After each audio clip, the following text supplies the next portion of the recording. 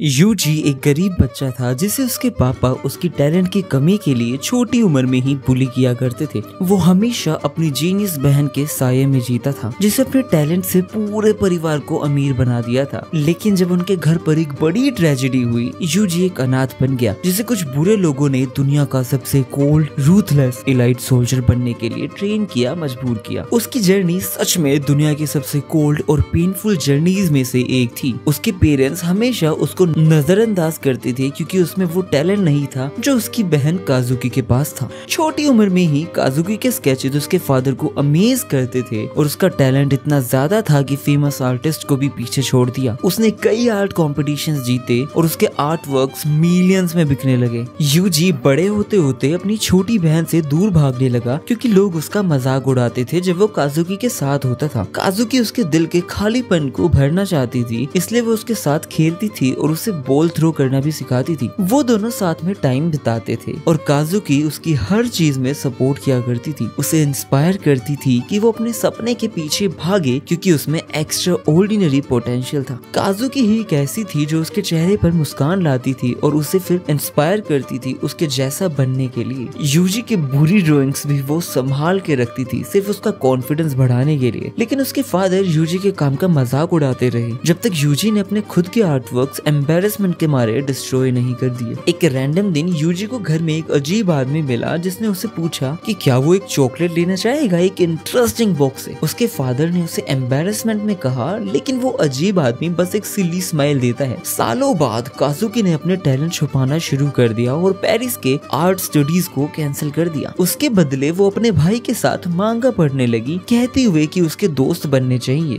ताकि वो अकेला ना रहे। वो नहीं चाहती थी कि यूजी भी अपने पापा जैसा बन जाए और वो उसे कहती है कि उसे कुछ दोस्त बनाना स्टार्ट करना चाहिए। उस समय काजुकी की कभी कभी बनाई गई हुई पेंटिंग ही उनके घर का अकेला इनकम सोर्स थी। लेकिन यूजी के साथ उनका बर्ताव और भी खराब होता गया। उनका परिवार हर रात बाहर खाना खाने जाता था, लेकिन यूजी के लिए सिर्फ ठंडा और बासा हुआ ब्रेड छोड़ जाता था। उस ड्राई ब्रेड को वो सिर्फ पानी में भिगो के खा सकता था। ये देख के काजुकी चिल्ला के कहती है कि फ्रिज में जो कुछ भी है वो खा ले, लेकिन यूजी कहता है कि अगर उसने ऐसा किया तो उसके पेरेंट्स उससे नाराज हो जाएंगे। काजुकी और ज्यादा उदास हो जाती है ये सुन के। सॉरी कहती है कि उसे नहीं पता था इस चीज के बारे में कि यूजी के साथ इतना बुरा हो रहा है और अपने पेरेंट्स पर चिल्ला पड़ गया। फिर भी कुछ नहीं बदलता। उसके फादर अपनी नफरत दिखा रहे थे और उसकी माँ उसको पूरी तरह से नजरअंदाज करने लगती है क्योंकि वो नहीं चाहती थी कि उसके पापा नाराज हो। एक बार यूजी लेट घर आया होता है और काजुकी से बोला कि वो एक फ्रेंड के साथ खेल रहा था। काजुकी पूछती है क्या वो लड़की थी? यूजी कहता है हाँ, लेकिन वो डरता है कहीं कि काजुकी उसकी न्यू फ्रेंड को बुली करेगी। जिस पर काजुकी कहती है कि वो सिर्फ यह देखना चाहती है कि उसके दोस्तों का नेचर सही है या नहीं है, और वो उस पर गुस्सा होने लगती है कि वो हमेशा लड़कियों से ही दोस्ती क्यों करता है। काजुकी की जेलसी बढ़ती है और वो चिल्ला के कहती है कि यूजी को लड़कियों से दोस्ती करने से पहले उससे परमिशन लेनी पड़ेगी। यूजी हाँ कहता है और काजुकी उसका हाथ पकड़कर कहती है कि एक दिन वो उसके लिए परफेक्ट लड़की ढूंढेगी। उसी दिन थोड़ी देर बाद काजुकी उससे पूछती है कि क्या वो उसके साथ नॉर्मल सिबलिंग्स की तरह बात लेना चाहेगा। काजुकी कहती है कि भाई बहन हमेशा ऐसा करते हैं, इट्स नॉर्मल, और पूछती है कि क्या उसने कभी किसी लड़की को मांगा जैसे किस किया है। काजुकी उस दिन उसे किस करती है कहकर कि ये सच्चा प्यार है जो वो उसके साथ शेयर करती है और उसे हर तरीके से चीजें सिखाती है। बाद में वो एक नॉर्मल हाई स्कूल में एडमिशन ले लेती है और अपना टैलेंट छुपाने के लिए बास्केटबॉल टीम को ज्वाइन कर लेती है। उसके फ्रेंड्स उसके लिए जैसे मोहरे बन जाते हैं जिसे वो मैनिपुलेट करती है, लेकिन उसका इन्फ्लुएंस उसके पेरेंट्स को मैनिपुलेट करने तक पहुंचता है और यही चीज यूजी को सबसे ज्यादा डराती है। फिर भी यूजी अपनी बहन पर डिपेंड करता था, चाहता था कि जिंदगी ऐसी ही चले तब तक जब तक ट्रेजेडी का दिन नहीं आया था। हम देखते हैं एक बस खाई में गिर गई और एक रेड हेयर वाली लड़की सिर्फ वही बची थी। यूजी के पापा डिप्रेशन में चले गए और शराब में डूब गए। उनका गुस्सा बढ़ने लगा और यूजी की माँ उसे छुपाने लगी जब भी उसके पापा घर आते। यूजी की एक याद हमेशा जिंदा थी। उसके पापा उसकी माँ के ऊपर चिल्लाते थे और उसकी माँ सिर्फ यही कहती थी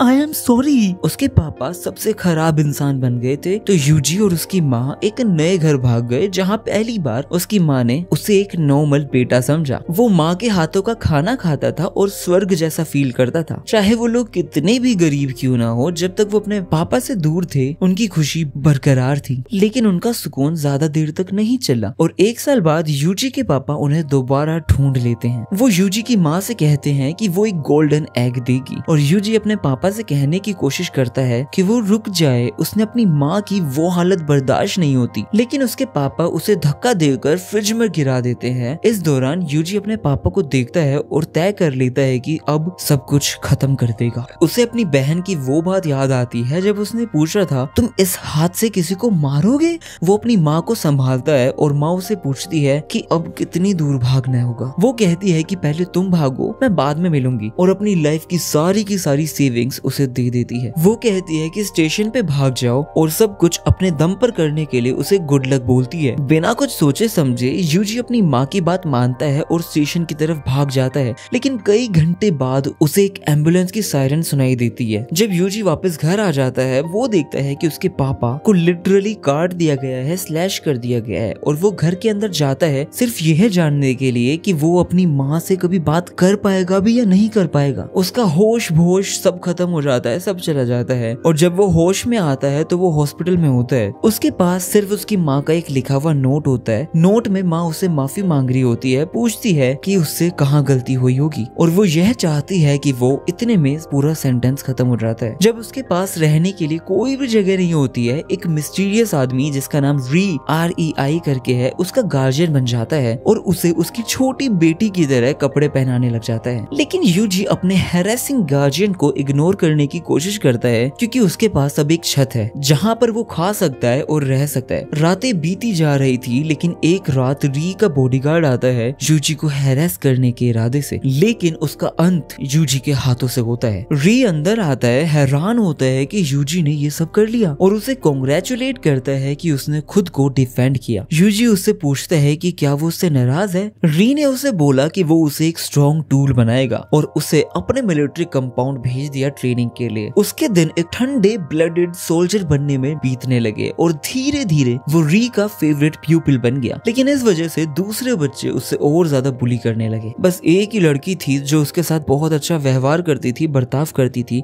उसका नाम था मर्लिन, जिसे अपने पास का कुछ भी याद नहीं था। वो उसका ख्याल रखती थी, अपना खाना भी बचाकर उसे ही दिया करती थी, और यूजी को लगता था कि सिर्फ उसी पर वो भरोसा कर सकता है। री उस आइलैंड पर ओस्लो नाम से जाना जाता था और वो यूजी को असली नाइव्स के साथ ट्रेनिंग देता था। उसने सिखाया कि चाकू पर भरोसा करो और मार दो, वरना तुम खुद मारे जाओगे, क्योंकि दुनिया में हर कोई उसका दुश्मन है, उसके खुद के फैमिली मेंबर्स भी। ओस्लो ने उसके दिमाग में डाल दिया था कि सिर्फ वही उसका असली एलाय है, साथी है। फिर फाइनल एग्जाम का दिन आया और टेस्ट था। उसको उसके सामने खड़े हुए इंसान को मारना था, लेकिन वो जो इंसान उसके सामने खड़ा था वो मर्लिन थी। यूजी ने उसका सामना करने का डिसाइड किया और उसकी तरफ दौड़ते हुए उसे पंच मारा, जिससे वो गिर गई। उसकी एजिलिटी मर्लिन से बहुत ज्यादा थी और उसके पंचेस ने भी मर्लिन को नीचे गिरा दिया। जब वो उठने की कोशिश करती है उसी समय यूजी ने एक और किक मारी, जिससे वापस से वो बंदी जमीन पर गिर गई। लेकिन उसके दिमाग में उसकी माँ की यादें फ्लैश होने लगी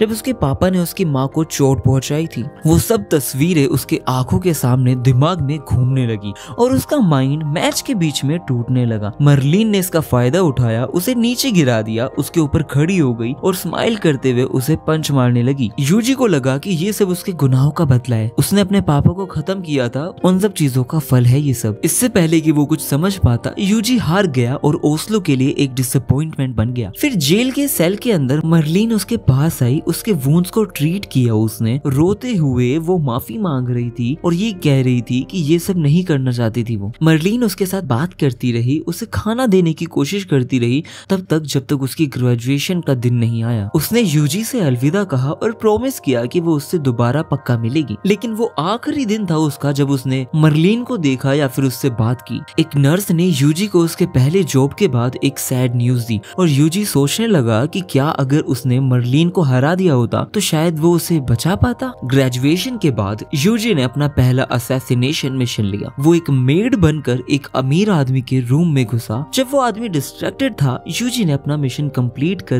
एक नाम कमाया। उसके असैसिनेशन मिशन सक्सेसफुल चल रहे थे और फिर एक दिन लॉ इन्फोर्समेंट ने ओस्लो के घर पर हमला कर दिया। उन्होंने सारे के सारे सिक्योरिटी ब्रीच तोड़ दिए और ओस्लो को ऑलमोस्ट पकड़ लिया था। उन्हें एक अंडरग्राउंड पैसेज मिला और एक स्टील डोर भी। जब उन्होंने डोर को ब्लो अप किया तो अंदर एक व्हाइट हेयर्ड बच्चा मिला, यूजी, और उसके बाल गिर चुके थे। मसाको ने उस लड़के को देखा और रियलाइज किया कि उसने कुछ कुछ इंटरेस्टिंग पाया है। ओस्लो पानी के रास्ते भाग गया। मसाको डिसाइड करती है कि वो यूजी को जापान ले जाएगी, लेकिन जेबी भी उसके साथ चलता है क्योंकि उसे दोनों को सुपरवाइज करना होता है। हॉस्पिटल में मसाको उसे कहती है कि 40 सेकंड्स के अंदर बेड से उठ जाओ। वो उसके सर पर मार देती है और उसे धमकाती है, जिस पर जेबी चिल्लाता है कि वो बच्चे के साथ थोड़ा सा तो जेंटल हो जाए, लेकिन यूजी ने कभी काइंडनेस महसूस ही नहीं की होती है, इसलिए उसे समझ नहीं आता कैसे रिएक्ट करे। और मसाको उसे गार्बेज की तरह ट्रीट करती है, कहती है कट दिस आउट। वो उसका चेहरा पकड़कर कहती है अब से मैं ही तुम्हारा गॉड हूँ। और फिर वो उसके घर में ही उसे कह रही होती है कि अपने गंदे कपड़े बदल लो। लेकिन जब वो लोग देखते हैं वो लोग शॉक्ड रह जाते हैं क्योंकि उसका पूरा का पूरा शरीर स्कार्स और गन वुंड्स के सहारे भरा हुआ था और उसने लिटरली कुछ हफ्तों से कुछ भी नहीं खाया होता। मसाको जेबी से कहती है कि ड्रिंक्स और फूड्स ले आओ, और यूजी डिनर टेबल के ऊपर भी जब खाना रखा होता है तो वो कुछ भी नहीं खाता है। और इतने में यहाँ पर एक मक्खी आती है तो वो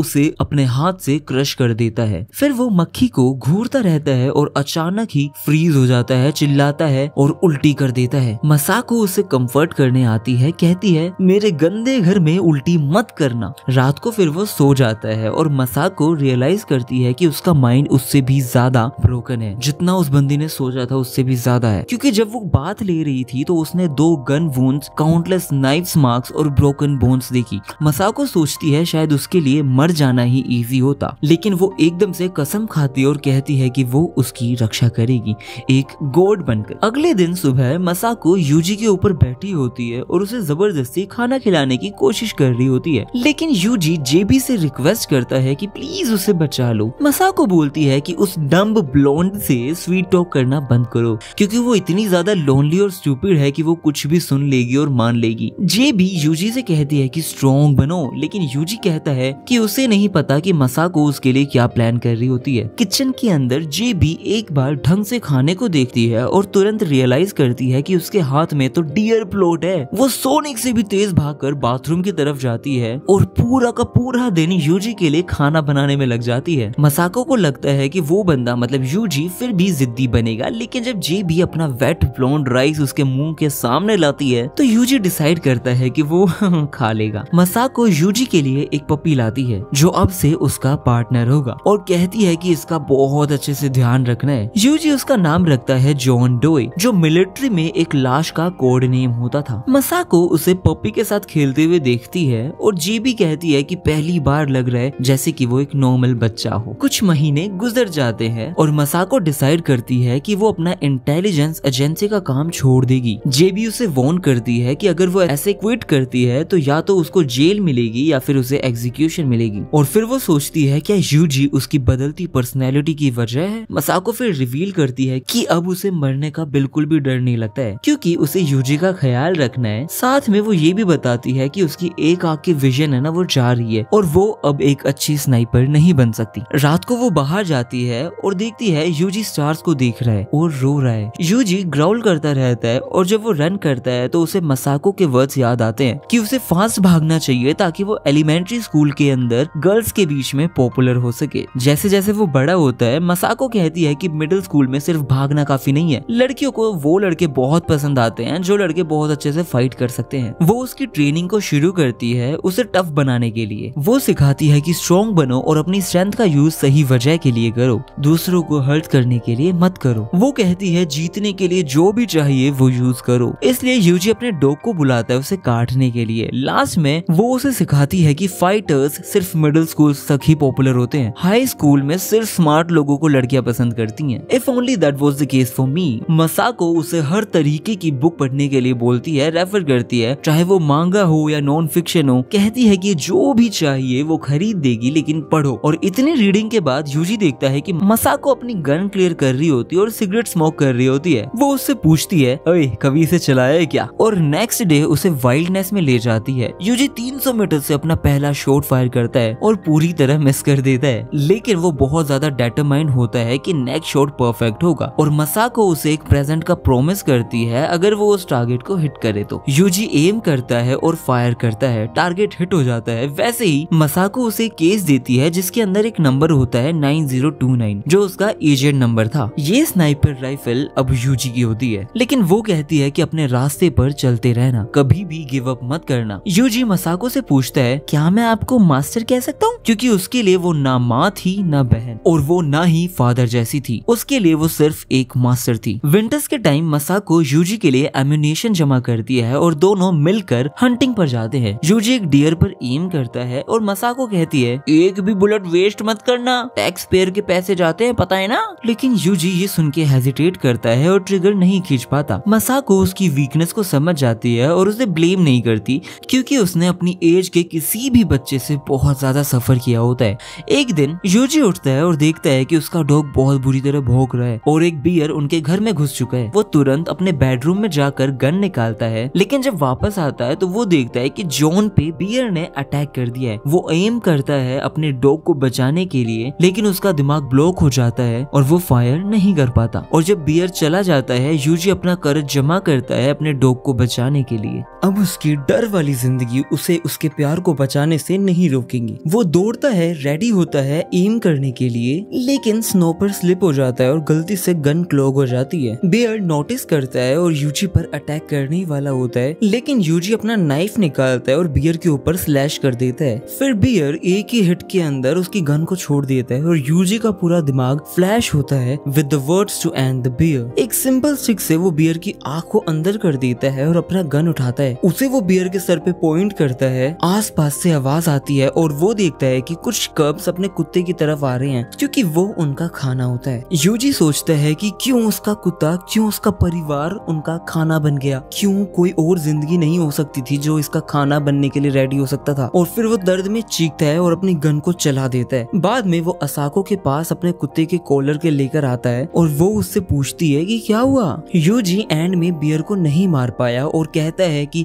चाहे कितनी ही कोशिश क्यों ना की हो, कोई फायदा नहीं हुआ। वो उसे अपनी बाहों में ले लेती है, कहती है it's okay, fine, everything is okay. वो सनसेट के वक्त उसके कुत्ते को कॉलर दबाते हैं। यूजी चाहता है कि वो मसाको जितना स्ट्रॉन्ग हो जाए ताकि वो खुशी खुशी मर सके। मसाको कहती है कि उसकी जिंदगी सिर्फ एक बेकार बहाना नहीं है जब तक वो मर नहीं जाता, और वो जानती है कि वो कुछ भी नहीं मार सकता जब तक उसको कोई डायरेक्टली ऑर्डर ना दे। लेकिन वो याद दिलाती है कि उसका खाना और छत टैक्स पेयर्स देते हैं, इसीलिए वो उनकी प्रोटेक्शंस के जिम्मेदार हैं। पुराने जमाने में मसाको कहती है कि वो नहीं मार सकता था जब तक उसने 10 दुश्मन नहीं मारे, लेकिन अब उसको 10 लोगों को बचाना है, ना कि मारना। वो कहती है खुद के लिए ट्रिगर पुल करना बहुत मुश्किल हो सकता है, लेकिन दूसरों की जिंदगी बचाने के लिए कभी हेजिटेशन नहीं होनी चाहिए। कुछ साल बीत जाते हैं और मसाको जेबी को बताती है कि यूजी ने प्लॉट डेवलपमेंट कंप्लीट कर दिया है। जेबी सोचती है अरे ये कौन सी स्टोरी है रे, और मसाको बताती है कि वो खुद एक स्टोरी है। वो कहती है कि यूजी ने राइजिंग एक्शन एक्सपीरियंस किया जब उसने उसका प्लॉट आर्मर हटा दिया, और क्लाइमैक्स उसके फेस पे किया बिफोर उसके प्लॉट ने फॉलिंग एक्शन फेस किया। अरे बाप रे, ये क्या था।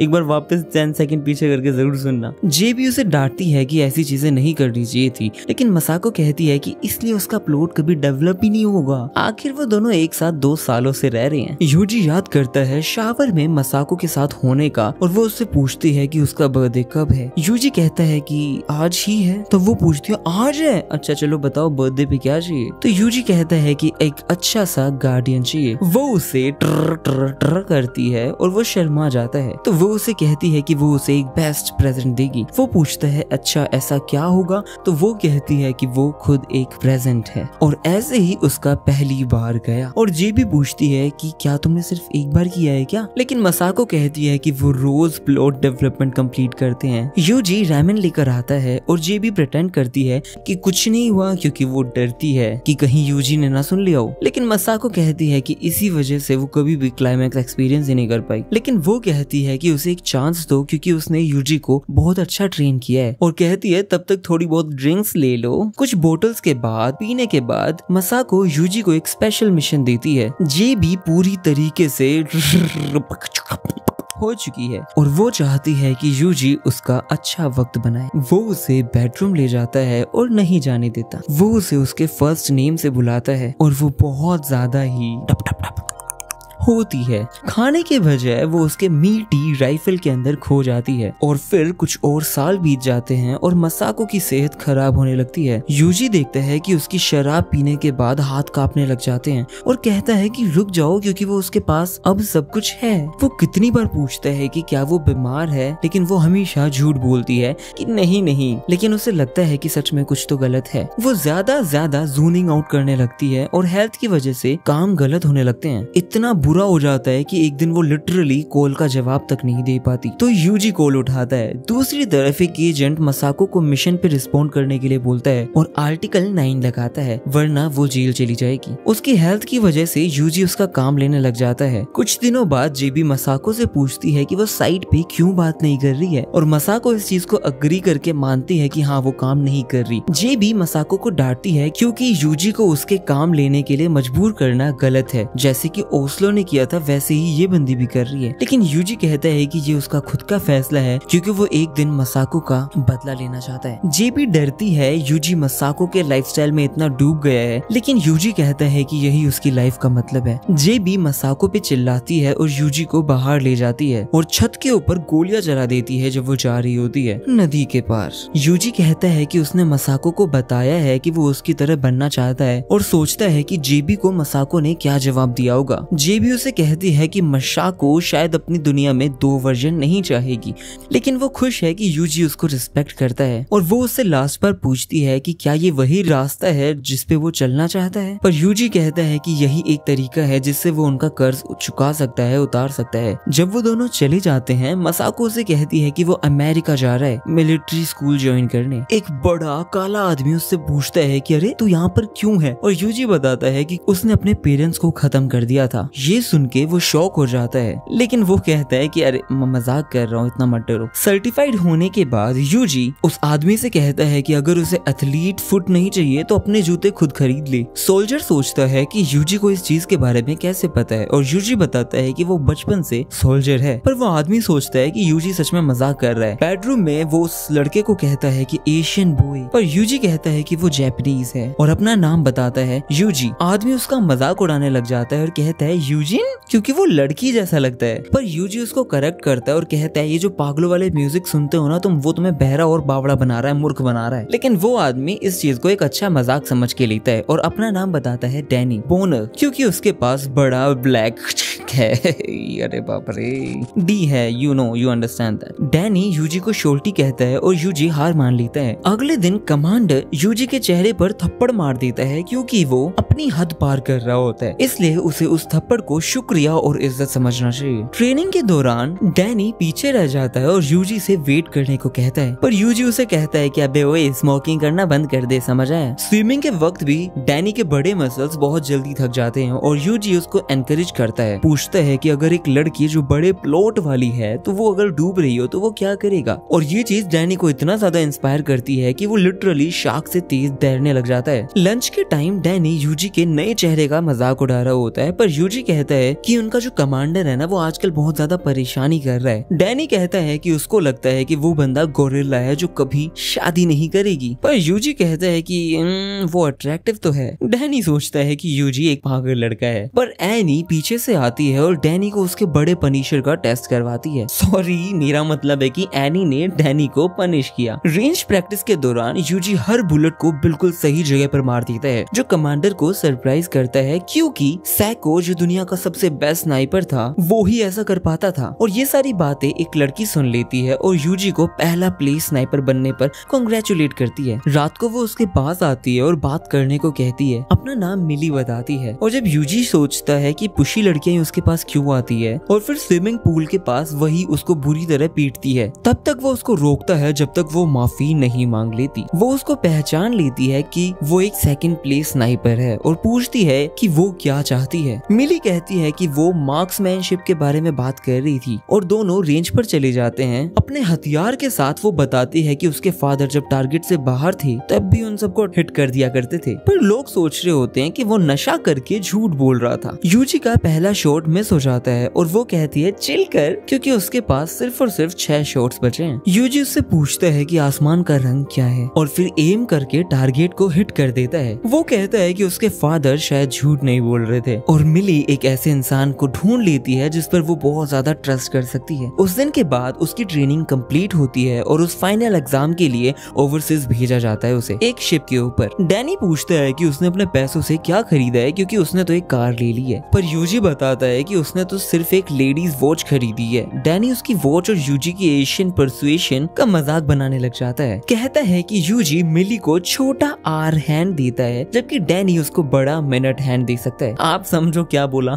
मिली उसकी बदतमीजी सुन के उसको किक करती है। जब दोनों झगड़ा कर रहे होते हैं तब एक अजीब आदमी अपनी छोटी बहन के साथ डेटिंग सिमुलेटर खेल रहा होता है और पागल हो जाता है। जब वो अपना प्लॉट आर्मर उतारती है, वो लोग सोचते हैं कि वो बिना शर्म के ऐसे कैसे कर रहा है और सोचते हैं कि वो कौन सी लैंग्वेज बोल रहा है। यूजी इस सब्जेक्ट में कल्चर्ड है और जानता है कि वो भी जापान का एक इंसान है जो कल्चर को समझता है। दिन ब दिन यूजी को ऑर्डर दिए जाते हैं कि वो लोग जैसा बोले इसे वैसा ही करना है और अपना कॉन्फिडेंस और बनाए, जब तक एक दिन वो रियल बैटल फील्ड पर डिप्लॉय नहीं हो जाता। जंगल में यूजी अपनी स्क्वाड्स को देखता है। एक फॉर्मर कार थीफ और थग एरिजोना से एक गरीब लड़की जो पब्लिक रेस्टरूम में अपनी बॉडी बेचती थी, एक एनिमे ओताकू जो अपनी बहन चाहता है और आखिरकार एक स्नाइपर जो किसी को भी नहीं मार सकता। ये लोग पूरी आर्मी के अंदर सबसे यूजलेस ग्रुप है। पर डैनी उसके थॉट्स को तोड़ता है और पूछता है कि क्या वो उसे सिर्फ उस बर्ड के फूड के लिए मारना चाहेगा। यूजी एम करके फायर करता है और बर्ड को हिट करता है पर फिर वापस वॉमिट करने लगता है। वो सोचता है कि ये बंदा इस बर्ड के साथ ऐसा कर सकता है तो आदमी को मारना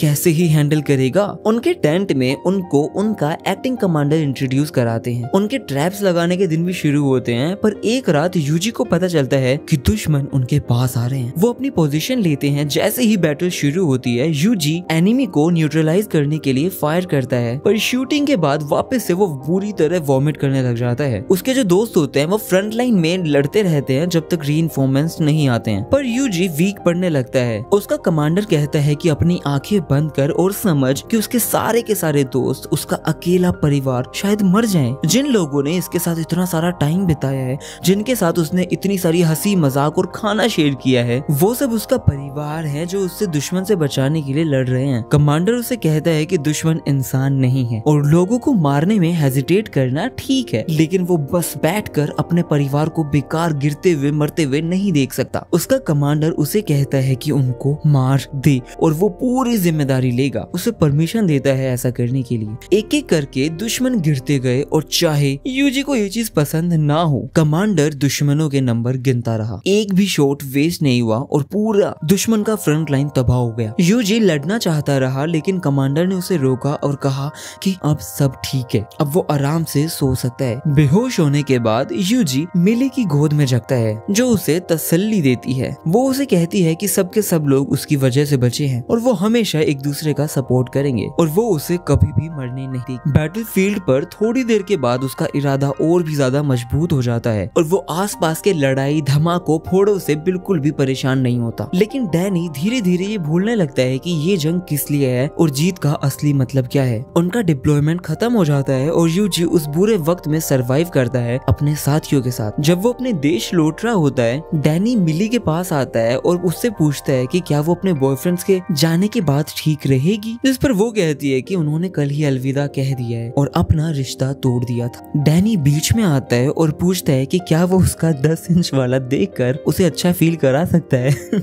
बावले आदमी है ये भी। मिली उस विंडो की तरफ देखती है जहाँ यूजी था और भगवान से दुआ करती है कि यूजी जिंदगी में खुश रहे और हर काम में सफल हो। धुंधली रोशनी में यूजी अपने घर लौटने के लिए प्लेन में बैठ रहा होता है। वापस आने पर वो मसाको से मिलता है जो कहती है कि अब वो बहुत ज्यादा मैच्योर लगता है। फिर प्लॉट डेवलपमेंट के बाद यूजी मसाको को कहता है कि उसे उसका चेहरा देखकर बहुत खुशी हुई, उसे अच्छा लग रहा है कि वो अभी भी जिंदा है, वो बहुत खुश है। यूजी कहता है कि वो अपनी जिंदगी के बारे में नहीं जानता कि वो क्या करे, लेकिन वो अपनी जिंदगी का हर एक हिस्सा उसके लिए देना चाहता है। उसके बाद उसने अपनी फाइनल ट्रेनिंग को कंप्लीट किया वैनकूवर इंटरनेशनल एयरपोर्ट के बाद और वो आखिरी बार अपने दोस्त डैनी के फ्रेंडली मुस्कुराहट वाले चेहरे को देखता है। सब लोग रो रहे थे और यूजी सोच रहा था कि डैनी की मजाक कब खत्म होगी। कुछ महीने बीत गए और स्पेन में एक मिशन के दौरान जेबी ने उसे तुरंत घर घर आने को कहा क्योंकि मसाको को मतलब बेहोशी हो गई, वो बेहोश हो चुकी है। उसके पास सिर्फ इतनी जानकारी थी कि ये क्रॉनिक कंडीशन थी क्योंकि उसे जिंदगी में कई बार गोली लगी थी। डॉक्टर्स ने इलाज की बहुत कोशिश की लेकिन उसका शरीर डिप्लॉयमेंट के दौरान लिए गए सब्सटेंसेस की वजह से बहुत कमजोर हो गया था। जब वो पहुंचता है तो जेबी उसे ये सारी चीजें बताती है कि मसाको फ्रीक्वेंटली बेहोश हो जाती है और ज्यादा देर तक सोती रहती है। यूजी मसाको को देखता है और माफी मांगता है कि वो देर से आया। वो उसका हाथ पकड़ती है और यूजी उससे पूछता है कि क्या क्या क्या तुम मर रही हो? तो वो कहती है हाँ, मुझे लग तो यही रहा है। वो माफी मांगती है कि हमेशा उसे झूठ बोला कि वो उसके साथ जिंदा रहेगी। यूजी रो पड़ता है और कहता है कि उसने अभी तक उसे कुछ भी मतलब सब कुछ नहीं सिखाया है, लेकिन वो कहती है रोने की जरूरत नहीं है, अब और मर्द बनो, जैसे मैंने तुम्हें सब चीजें सिखाई हैं उसको कंटिन्यू करो। और वो कहती है कि उसने अब समझ लिया है कि उसकी जिंदगी का असली मतलब क्या है जब वो मरने वाली है। उसके इरादे ने ही उसे बचाया और उसने अपनी जिंदगी उसके साथ बिताई। यूजी रोते हुए कहता है कि वो ही उसकी जिंदगी में अकेला सहारा थी। जब जिंदगी ने हर बार उसे धोखा दिया, वो उस पर आखिरी बार तक भरोसा करना चाहता था क्योंकि वो उसके जीने की इकलौती वजह थी। और मसाको उसे कहती है कि अब अपनी जिंदगी वो बंदा अपने लिए जिएगा क्योंकि यूजी अब वही मर्द है जो हमेशा से मसाको चाहती थी। लेकिन वो कहता है कि वो नहीं कर सकता क्योंकि वो उसकी वजह से ही बचा है। जब भी वो बुझने वाला था तो मसाको एक लो की तरह आती थी और उसको हमेशा जगाए रखती थी। वो सोचता है कि उसके बिना उसका फ्यूचर कैसा होगा, लेकिन वो उसे हिम्मत देती है और कहती है कि वो इस चीज का पता खुद लगाए, लड़ता रहे जब तक लड़ सके और वो वही मर्द बने जो वो बनाना चाहती थी। वो कहती है कि मैं मान चुकी हूँ कि मैं जाने वाली हूँ। लेकिन यूजी पूछता है कि उसे किसने परमिशन दी, मुझे बताओ तो सही।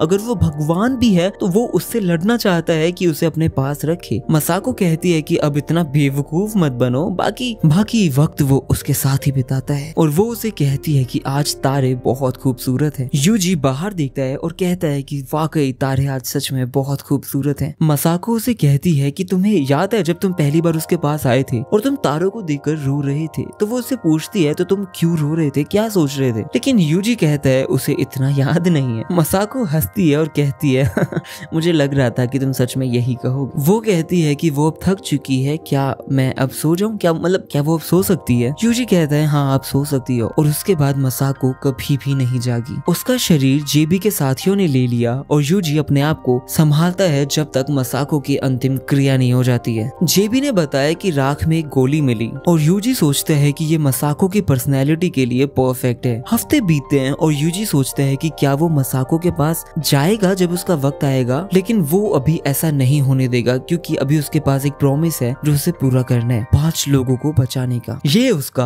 आखिरी मकसद है, लेकिन कभी न कभी वो उसको वापस देखना चाहता है। यूजी बहुत दिनों तक जमीन पर सोता है लेकिन जेबी आकर उसे जगा देती है और उसे कहती है कि उस कैबिन में ही रहो जहाँ पर मसाको की यादें बहुत ज्यादा तरोताजा करती हैं। यूजी के दिमाग में ऐसा ख्याल आ रहा था जो उसे नहीं सोचना चाहिए था, इसलिए जेबी उसे अपने अपार्टमेंट ले जाती है साथ रहने के लिए। साथ रहकर वो एक दूसरे का दर्द समझने की कोशिश करते हैं, या फिर कह सकते हैं कि कम से कम वो ऐसा सोचते तो हैं। डिनर के दौरान जेबी कहती है कि वो सच में उससे कुछ भी मांग सकता है और यूजी कहता है कि उसे एक बेटर टूथब्रश चाहिए क्योंकि करंट वाला बहुत सॉफ्ट है। तो शर्मिंदा होकर जेबी उससे पूछती है कि क्या तू पूरा टाइम अपना टूथब्रश ही यूज कर रहा था? और यूजी कहता है कि वो उसके लंबी और रफ टूथब्रश से अपना मुंह साफ कर रही थी तो फर्क नहीं पड़ता। जेबी समझ जाती है कि वो कितनी बेवकूफ थी और वो 2 और टूथब्रश खरीद देती है। यूजी माफी मांगता है लेकिन जेबी कहती है कि उसे उम्मीद थी कि वो मसाको जितना क्रूड होगा। दुख की बात है यूजी वो चीज बन गया जो जेबी को मसाको की याद दिलाता था, जो उसे परेशान करता था। और जब ऐसा हुआ तो दोनों को पता ही नहीं था कि वो एक दूसरे से